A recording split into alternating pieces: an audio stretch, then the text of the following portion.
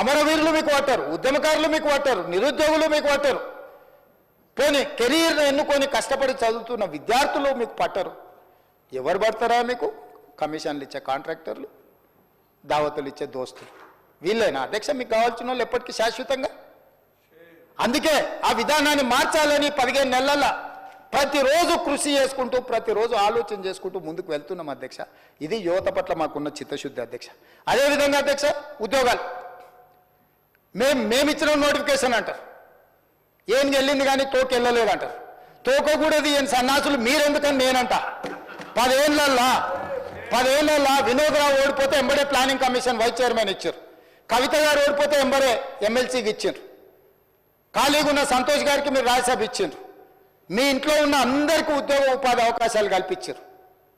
మరి తెలంగాణ తెచ్చుకున్నదే ఉద్యోగాల కోసము, తెలంగాణ కోసం కొట్లాడిందే ఉద్యోగాల కోసం, తెలంగాణ కోసం అమరులైందే ఉద్యోగాల కోసం. అయితే ఆ ఉద్యోగ నోటిఫికేషన్లు 10 ఏళ్ళు ఎందుకు ఇవ్వలేదు?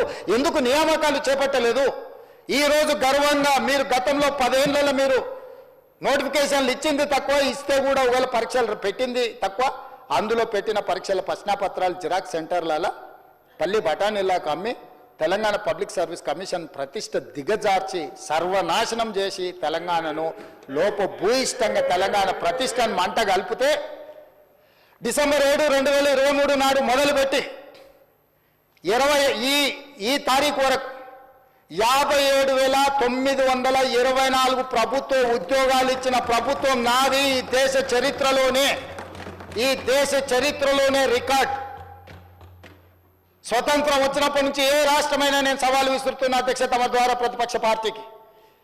మొదటి సంవత్సరంలో 57,924 ఉద్యోగాలు ఇచ్చిన రాష్ట్ర ప్రభుత్వం ఏదైనా ఉంటే ఏ రాష్ట్రమైనా సరే ఇంక్లూడింగ్ కాంగ్రెస్ గవర్నెన్స్ ఉన్న రాష్ట్రాలు కూడా ఇవ్వలేకపోయినాయి. మన రాష్ట్ర ప్రభుత్వం డిసెంబర్ 7, 2023 తర్వాత ఈనాటి వరకు ఇన్ని ప్రభుత్వ ఉద్యోగాలు అందించిన చరిత్ర మాది అధ్యక్ష, మనది అధ్యక్ష. మనందరం కలిసి నా మంత్రివర్గ సహచరులు వివిధ శాఖలలో కష్టపడి ఇవన్నీ ప్రభుత్వ ఉద్యోగాలు అధ్యక్ష.